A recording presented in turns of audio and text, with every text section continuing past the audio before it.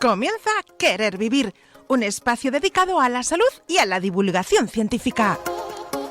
Dirigido por Javier Mauri, abordaremos temas que afectan a tu bienestar físico, psicológico y social. Quédate con nosotros y conocerás los mejores tratamientos médicos complementarios y alternativos, y siempre desde el rigor científico.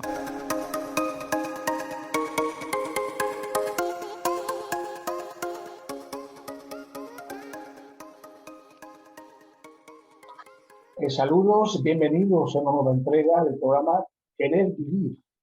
El programa que se emite todos los viernes a las 11 de la mañana en Radio Mairena, en la 107.4 de la FM Estéreo, en Mairena de Alcor, provincia de Sevilla. Y también queremos saludar a todos nuestros seguidores y amigos que nos siguen cada jornada en nuestro canal de YouTube.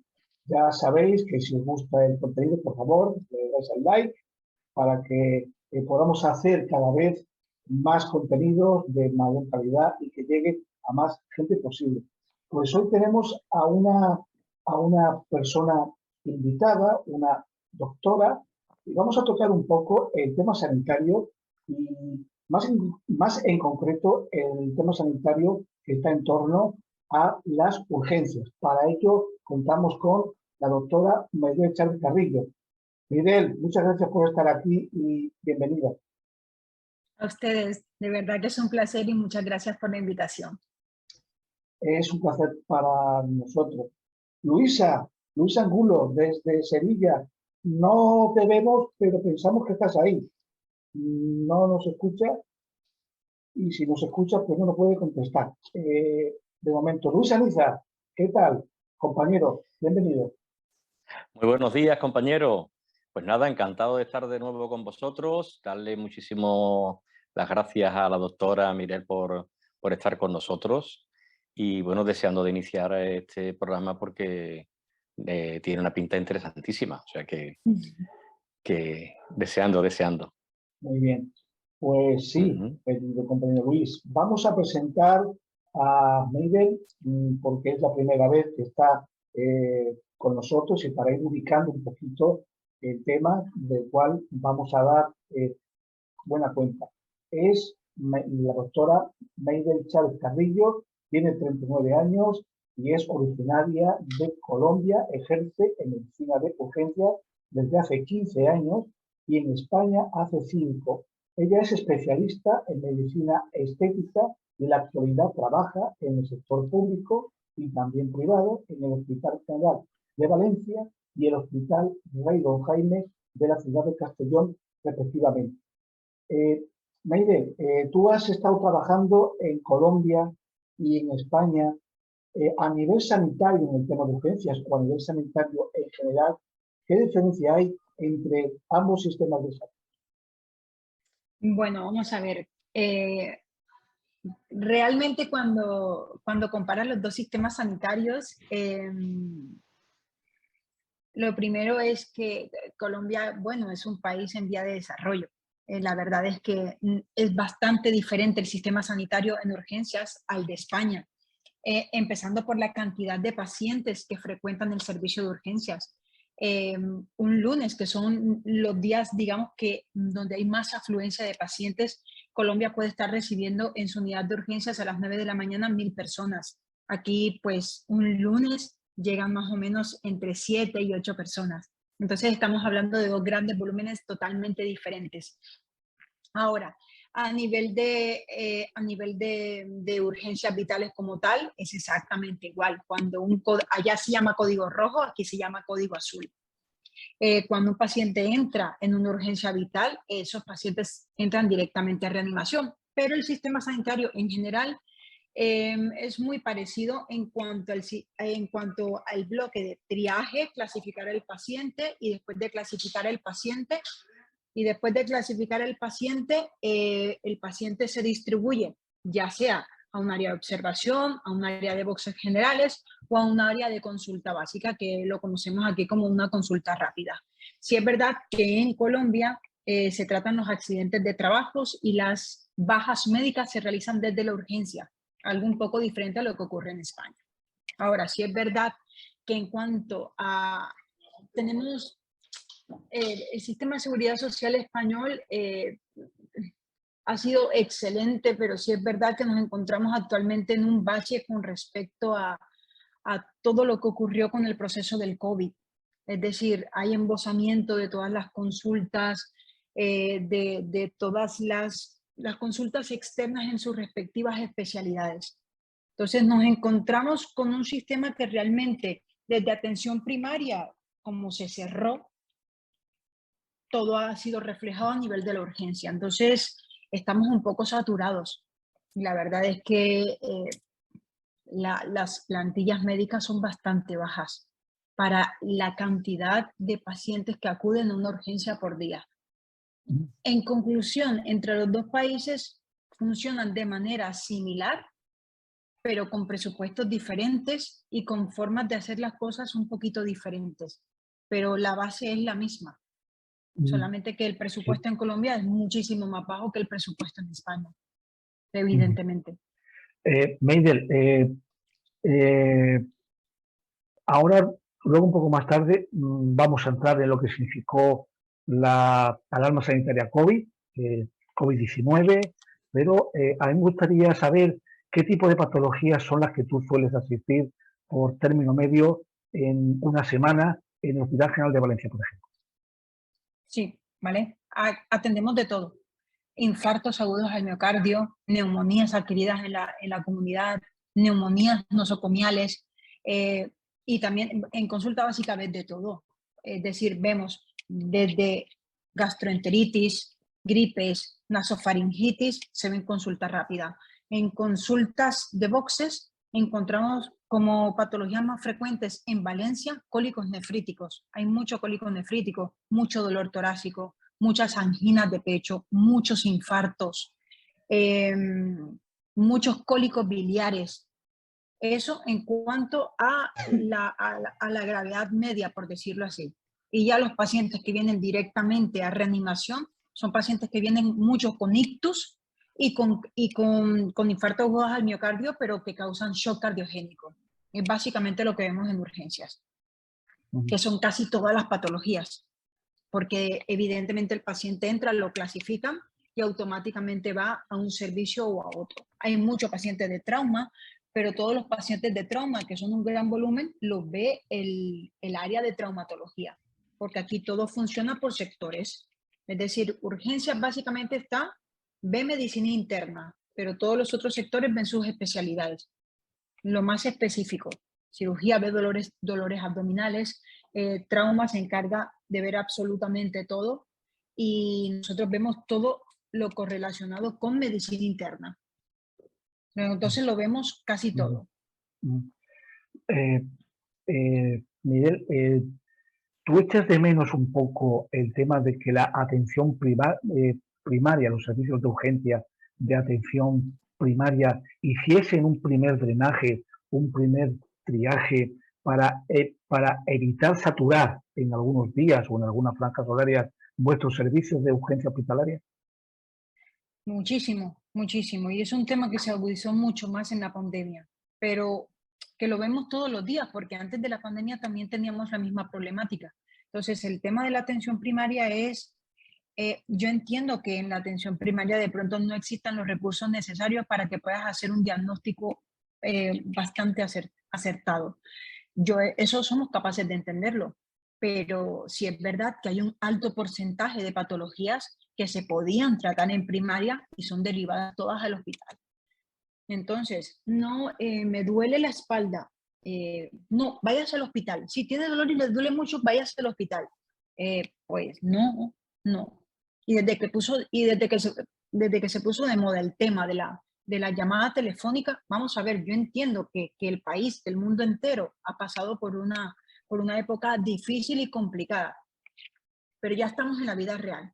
Y en la vida real, yo como médico tengo por lo menos que ver al paciente, por lo menos.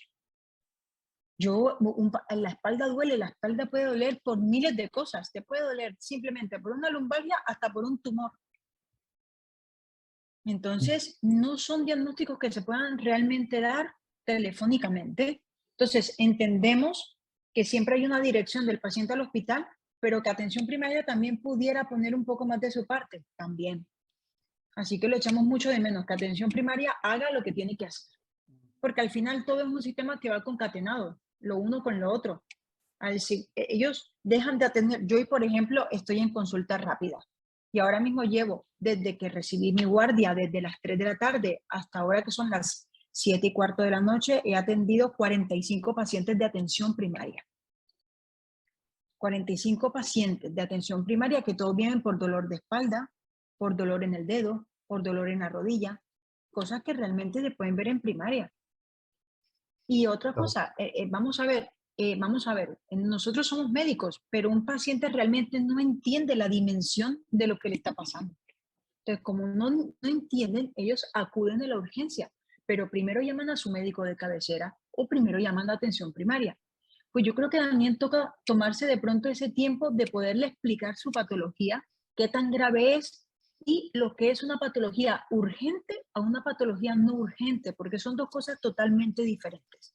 Entonces, muchas veces el paciente viene aquí a adelantar consultas, adelantar imágenes. Siempre se le dice al paciente, esto es una urgencia. Entonces tengo que venir cuando me muera. Y le decimos todos, con todo el respeto que los pacientes se merecen. Sí, tiene que venir cuando usted se esté muriendo, sí, porque para eso estamos nosotros, para salvarle la vida. Me da mucho pesar tenerle que decir así, pero es que como educacionalmente tampoco lo saben, pues esas cosas, esas pequeñas cositas, yo creo que para eso está el médico de cabecera que está en contacto con el paciente desde que son pequeños. Algunos no, pero la mayoría sí. Es un médico que te acompaña toda tu vida, que conoce de ti, que conoce tu familia, casi todos, ¿no? Evidentemente que uno se muda, tiene otro, uno cambia, pero básicamente, como no lo tienen claro, pues aquí se emboza todo. Todo. Miguel, ¿tú echas de menos también que los pacientes nos falta educación sanitaria? ¿Cómo lo ves? Yo pienso realmente que debería haber un proyecto de educación mínimo en el colegio. Y no lo sé, de verdad, deberían ponerlo hasta como una asignatura o así sean clases u horas de clases donde por lo menos, donde por lo menos se tengan criterios generales de lo que uno tiene que hacer cuando uno se enferma. Porque, por ejemplo, lo que más nos da a los seres humanos toda la vida son gripes y diarreas. Todo el mundo debe estar en la capacidad realmente de saber cómo se atiende una gripe o un resfriado y una gastroenteritis. Eso lo debería saber todo el mundo. Ya no me voy a meter en cómo deben manejar un infarto ni nada. O, por ejemplo, cómo desatragantamos a una persona. Parecen cosas tontas, pero muchas veces nos vamos a una cena y alguien se atraganta y nadie puede brindar un primer auxilio. Efectivamente. Entonces, sí, yo creo que la educación debería centrarse un poquito, pero cosas muy chiquitas, muy preliminares. ¿Por qué? Porque cuando educamos a las personas, atención primaria funciona mejor, el paciente funciona mejor, la seguridad social y las urgencias funcionan mejor, no hay tanto atasco e incluyendo, ahorramos presupuesto, porque el presupuesto que se va explicándole a los pacientes que no tienen nada es altísimo. Claro. Altísimo. Pero claro, yo esa condición no la voy a juzgar porque todo el mundo, si a mí me duele algo, yo vengo al médico. Claro. Y si allá no me lo resuelven en atención primaria, pues me vengo a urgencias. Muy bien. Luis, adelante. Muy bien. A ver, Meidel, yo tengo un par de preguntitas, ¿vale? La primera me gustaría ver un poco cuál es el perfil del médico de urgencias, ¿no? Verá, yo he tenido varias circunstancias donde he tenido que ir a urgencias, o bien acompañando a un familiar o cuando me ha pasado algo, ¿no? Que, bueno, pues de cierta seriedad, ¿no? Y bueno, pues lo que me he encontrado muchas veces ha sido a mucho personal muy joven, a muchos médicos residentes y a muy pocos profesionales experimentados, ¿no? Entonces eso me ha llamado poderosamente la atención en un servicio tan importante y tan crítico como es el servicio de urgencia. Em, ¿Tú qué opinas al respecto? Porque yo creo que es una pregunta importante porque creo bueno, que precisamente ese filtro que se tiene que establecer entre lo que realmente es grave y lo que no lo es, precisamente le corresponde a una persona o a un profesional cualificado y experimentado, Claro, no a un personal joven, ¿no? ¿Qué piensas tú de todo esto? Porque a mí me parece que es un tema importante, importantísimo. importante. Sí. Pienso muchas cosas. La primera que Ujú. pienso es que los servicios de triaje habitualmente están hechos por enfermeras. Las enfermeras clasifican al paciente y muchas veces hemos tenido que ser nosotros los médicos quienes establezcamos el triaje. El problema que por lo menos existe en mi hospital es que no existe una plantilla que pueda soportar que tengas un médico experimentado en el triaje clasificando la patología del paciente. Por Ujú. lo tanto, las clasifican las enfermeras y a partir de ahí nosotros nos vemos. Entonces, ¿qué problema hay en el servicio público? En el servicio público casi todos son hospitales universitarios. Entonces nosotros, que somos los adjuntos, recibimos a la nueva generación, pero porque habitualmente es lo que toca de año en año. Es decir, el día de mañana tu hijo va a estar siendo estudiante de medicina y todos como médicos tenemos una primera vez, Claro, ¿vale? Y claro. evidentemente con los años va llegando la experiencia, pero todos tienen que pasar ese proceso. Entonces, evidentemente el paciente confía mucho más en un médico que tenga criterio, que tenga carácter, que sea resolutivo y que no le huela el miedo. Porque cuando yo estoy frente a mi doctor, yo le estoy poniendo lo más importante que yo tengo en sus manos, que es mi vida. Claro. Entonces, evidentemente son hospitales universitarios. Es una, es una situación compleja porque los que vienen, que van a ser la nueva generación de nuestros médicos, tienen que aprender y nosotros les tenemos que enseñar. Y el paciente, habitualmente, siempre ocurre esto. Por lo menos yo siempre estoy acompañada de un residente que está aprendiendo cómo hacer urgencias. Entonces, en mi hospital, en el público, porque en el privado es diferente. En el privado a ti te contratan y estás solo, evidentemente. Pero sí hay mucho personal joven. Y habitualmente yo siempre atiendo a un paciente con mi residente. Y claro, mi residente es súper joven y yo pues ya estoy un poco más experimentada. Pero si tú le das la información al paciente y el paciente la pide de manera muy educada, el paciente se va súper satisfecho, pero porque le has dado información y porque lo has llenado de información y porque le has explicado.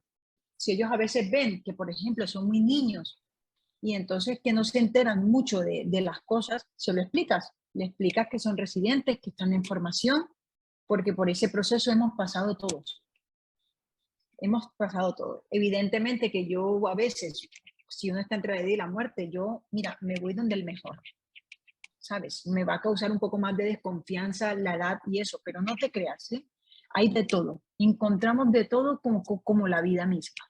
Encontramos, por ejemplo, médicos jóvenes que son muy listos y médicos que llevan 40 años y Y bueno, no se enteran. Sí, sí, sí, sí, yo te cosas hay. entiendo perfectamente. Claro, Cosas hay, claro, pero yo claro, creo que claro. lo más importante es explicar y dar la información que el paciente pide. Cuando uno tiene una persona enfrente, la persona habitualmente siempre muestra cuando tiene una duda, cuando tiene desconfianza, se nota inmediatamente. Entonces, yo habitualmente los confronto mucho y le digo, ¿tienes alguna duda? ¿Quieres preguntarme algo? Siempre digo, aprovecha que estamos en un espacio para que cuando salgas de aquí te vayas sin ninguna duda, Ujú. ¿sabes? Y entonces Sí, ellos se sueltan y lo pueden verbalizar.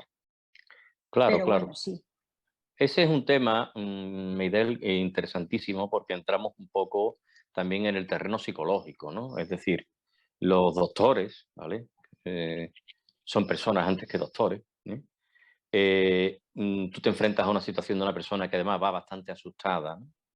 porque evidentemente nadie va a urgencias por gusto, ¿no? Habrá gente que vaya por, no sé, de una manera caprichosa, raramente, pero el que va a urgencias pues va bastante asustado porque se encuentra mal. Se encuentra bastante mal en ese momento y bueno, pues evidentemente su vida la pone en manos de las personas que se encuentran, ¿no? Ahí va a depender mucho del grado de empatía que tenga el médico con el paciente. Es decir, tú me acabas de decir que a ti te gusta explicar, te gusta que la persona no se quede con dudas, que la persona entienda realmente lo que le pueda pasar, de lo que no. Pero realmente yo particularmente pienso, pero no por pensarlo, sino por experiencia ya vivida, ¿no? De que hay un porcentaje alto de profesionales de la salud y de médicos que no tienen ese grado de empatía y que lo que hacen, en algunos casos, es asustar todavía más al paciente, incomunicarlo, o sea, darle poca comunicación o ninguna, con lo cual el grado de ansiedad que puede llevar esa persona se multiplica. Sí, ¿Tú qué tienes sí. que comentar al respecto? O sea, porque es muy importante que en el perfil de un sanitario y sobre todo en un servicio de urgencias, ¿no?, tenga esa capacidad para poder transmitir lo poco de serenidad, de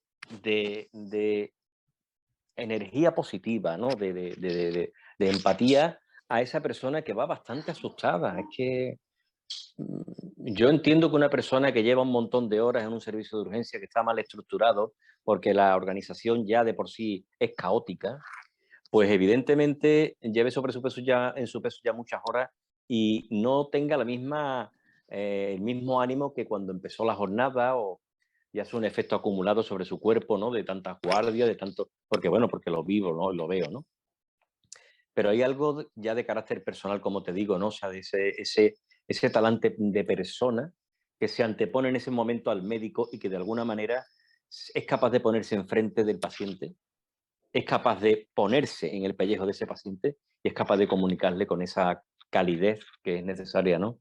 Lo que le pasa, en fin, dónde lo va a derivar, cómo lo va a derivar, cómo vives tú eso, porque para mí es importante. Sí, te lo voy a contar, te voy a responder como médico y como ser humano, Vale, ¿vale? perfecto, perfecto. Ya. Yo no sé quién se inventó de verdad, y esto no ocurre en España, ocurre en muchas partes del mundo, que el médico tenía que trabajar 24 y 18 horas de corrido. ¿Verdad? Yo no sé quién se lo inventó, siendo para mí una de las profesiones que más exige que tengas lucidez mental y que tus Totalmente. neuronas tengan un grado de conexión y que tengas un grado de vigilia importante. Yo no sé eso primero quién se lo inventó, de verdad. Ocurre en muchos países, es verdad. A partir de ahí, te voy a contestar primero como ser humano, ¿vale? Entonces, Ujú, evidentemente, el paciente viene en su necesidad y nosotros también estamos dentro de nuestras necesidades, ¿vale? ujú.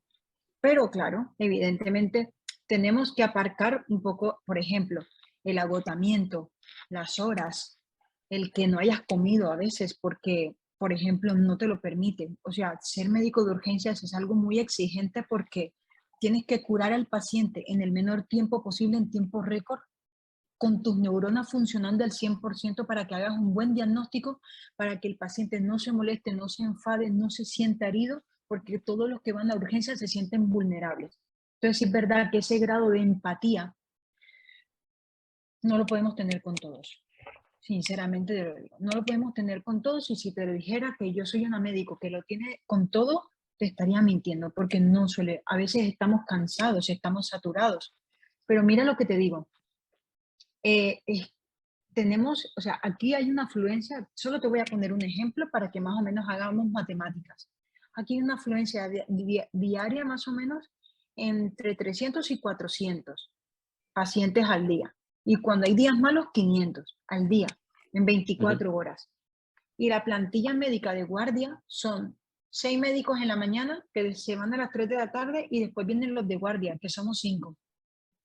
ujú. Entonces, la avalancha de pacientes que tenemos que ver en tiempo récord es demasiado alta.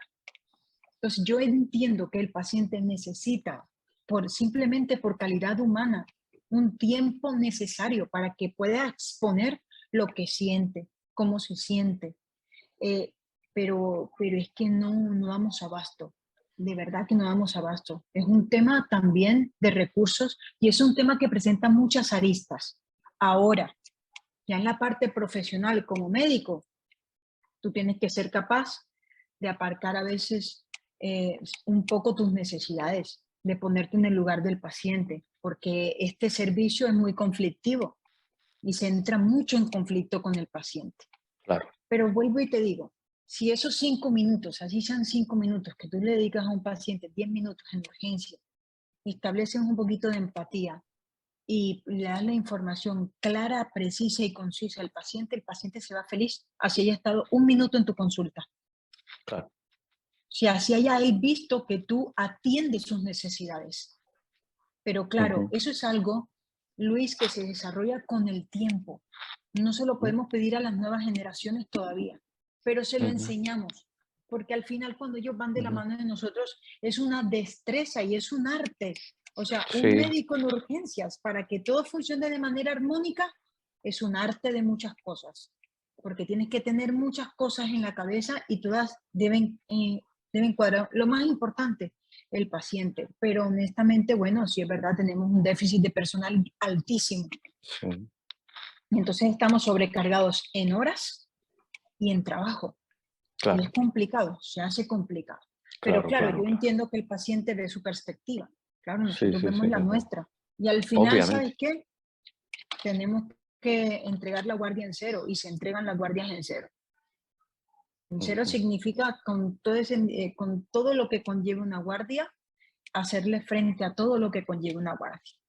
Que por allá está peleando, que allá está el judicial, que allá está porque son un montón de cosas a la vez. Pero bueno, hacemos lo que podemos, lo mejor que podemos. Seguro que sí. Seguro que sí. Miguel. Querida compañera Luisa, adelante con tu pregunta o valoración. Medel, yo tengo 2 preguntitas también, igual que Luis. Muy bien. Quienes trabajáis en el área de urgencias, pienso que os encontráis en la frontera de situaciones muy límites, ¿no? Entonces, yo te pregunto, ¿tu trabajo es vocacional o es trabajo? ¿O soy urgencia es el cajón desastre del hospital? Cuéntamelo. Voy a ser sincera. Muy sincera, por favor. Muy sincera. Todo el mundo ve la urgencia como el botadero del hospital. Inclusive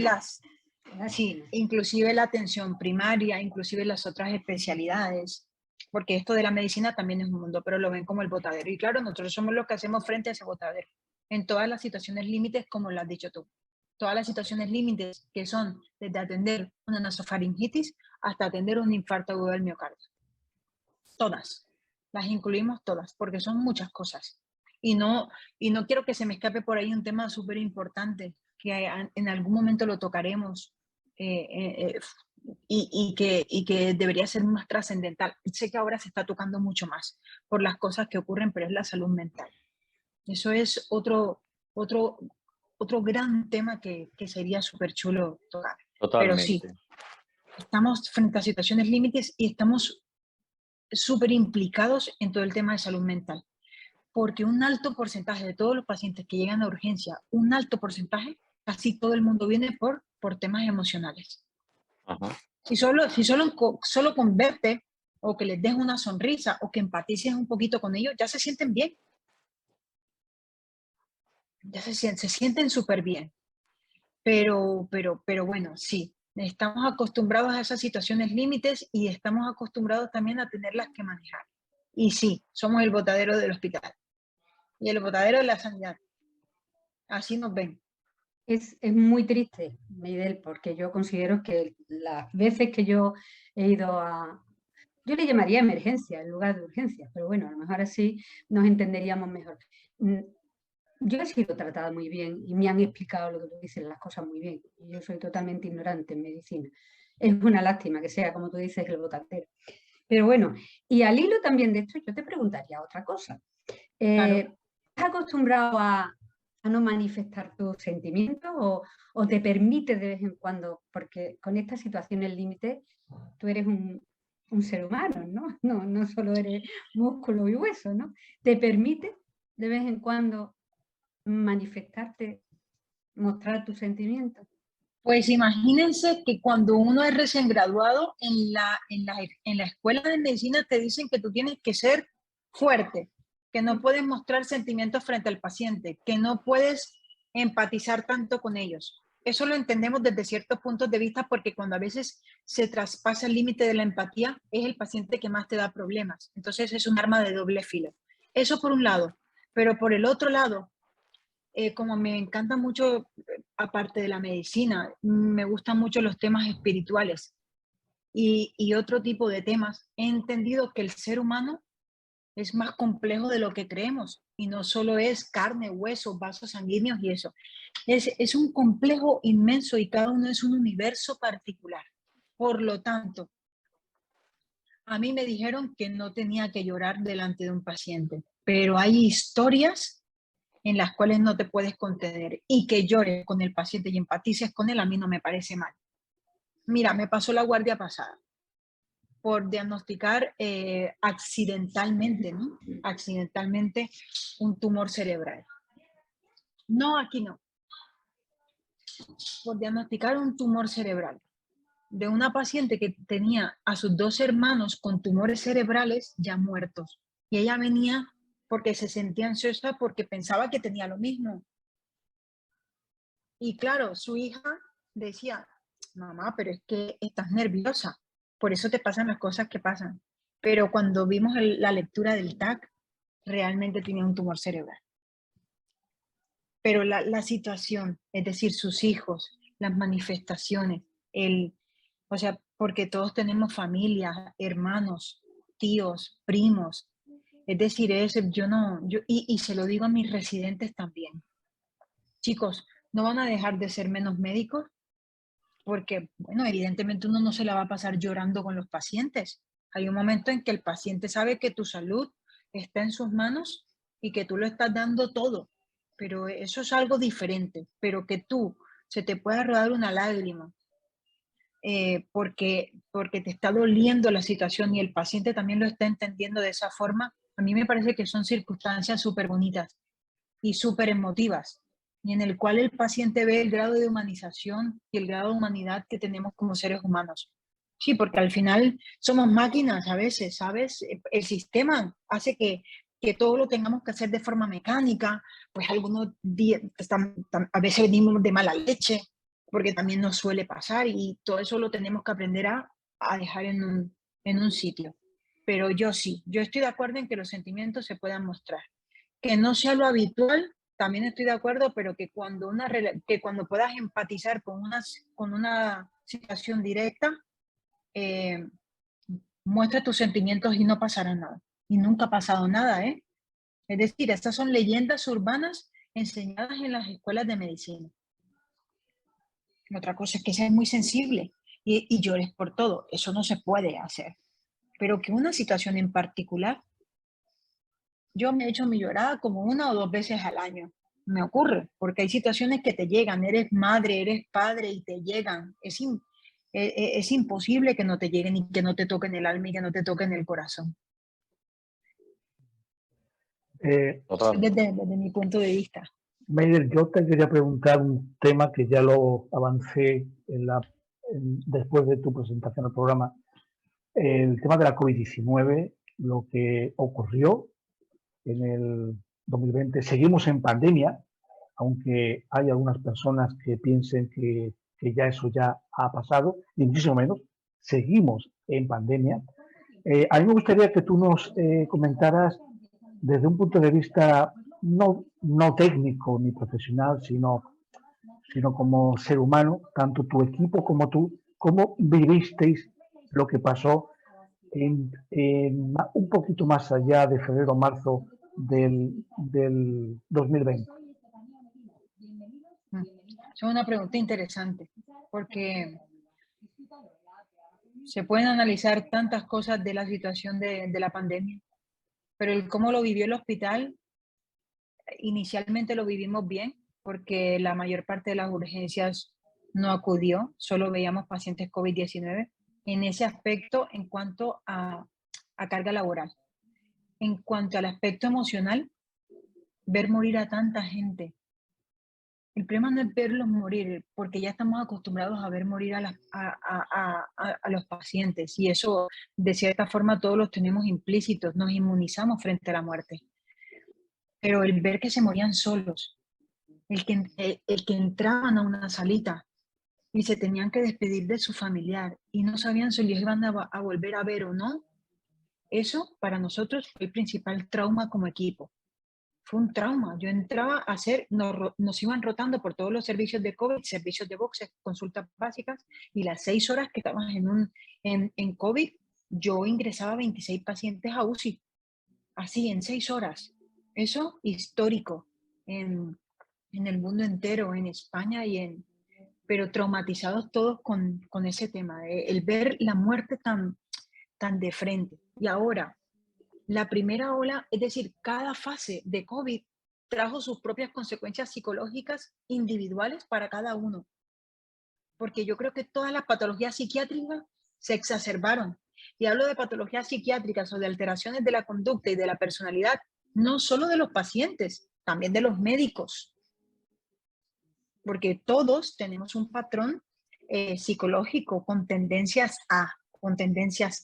Por lo tanto, se vivió bastante exacerbación de esos patrones de conducta y de esas tendencias psicológicas de algunos grupos sanitarios. Unos que lo sufrían más que otros.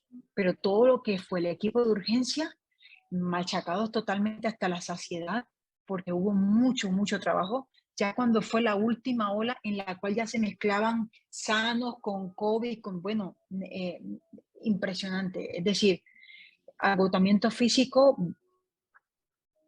no hubiéramos preferido tantos aplausos. Hubiéramos preferido más infraestructura del Estado. Y mucha más infraestructura real, no en una pandemia. Yo creo que un país siempre debe tener ¿cómo se dice? Un proceso de contingencia para cuando se presenten algunas de esas eventualidades. Si no lo hay, se ponen en marcha, no pasa nada. Un plan de contingencia. Un plan de contingencia, gracias. Pero después de la pandemia, ahora tenemos problemas peores.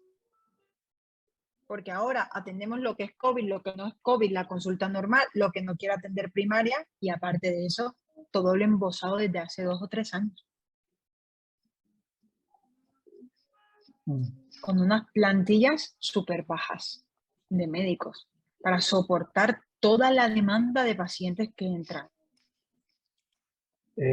No, yo diría que no sé hasta qué punto, ni cuánto, ni dónde, porque no conozco los presupuestos del Estado, ni lo que se destina a cada uno, pero no sé cuánto más soportará la estructura de la seguridad social. No lo sé.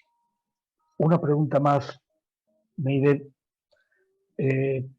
Por tus compañeros intensivistas, tú derivabas en 6 horas 26 pacientes, que es una barbaridad, a la UCI, porque claro, tenemos pensado que la saturación de las UCIs de aquella época era una cama, no es una cama medicalizada, un médico intensivista, un equipo entero a disposición de un paciente. O sea que son muchas cosas que no una simple cama. Pero en aquel momento, en marzo, abril, mayo, en ese trimestre negro, que no había nada, farmacología ninguna, ni se sabía qué antivirales se podían dar, se fueron experimentando con algunos que ya estaban, como la desametasona, la hidroxicloroquina también se empezó a usar hasta que ya se vio que era mejor tirarla, pero cuando un médico ve en una UCI, cuando un compañero tuyo ve en una UCI que el paciente se le está yendo, haga lo que haga, ¿qué siente ese profesional?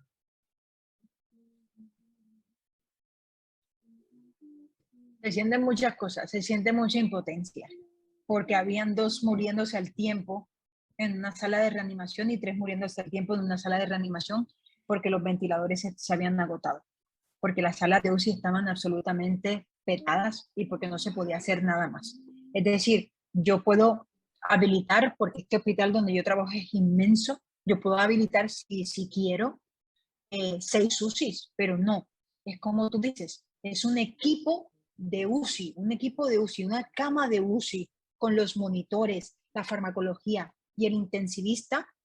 Como tal, no disponemos de esa infraestructura. Por lo tanto, entramos en modo aceptación.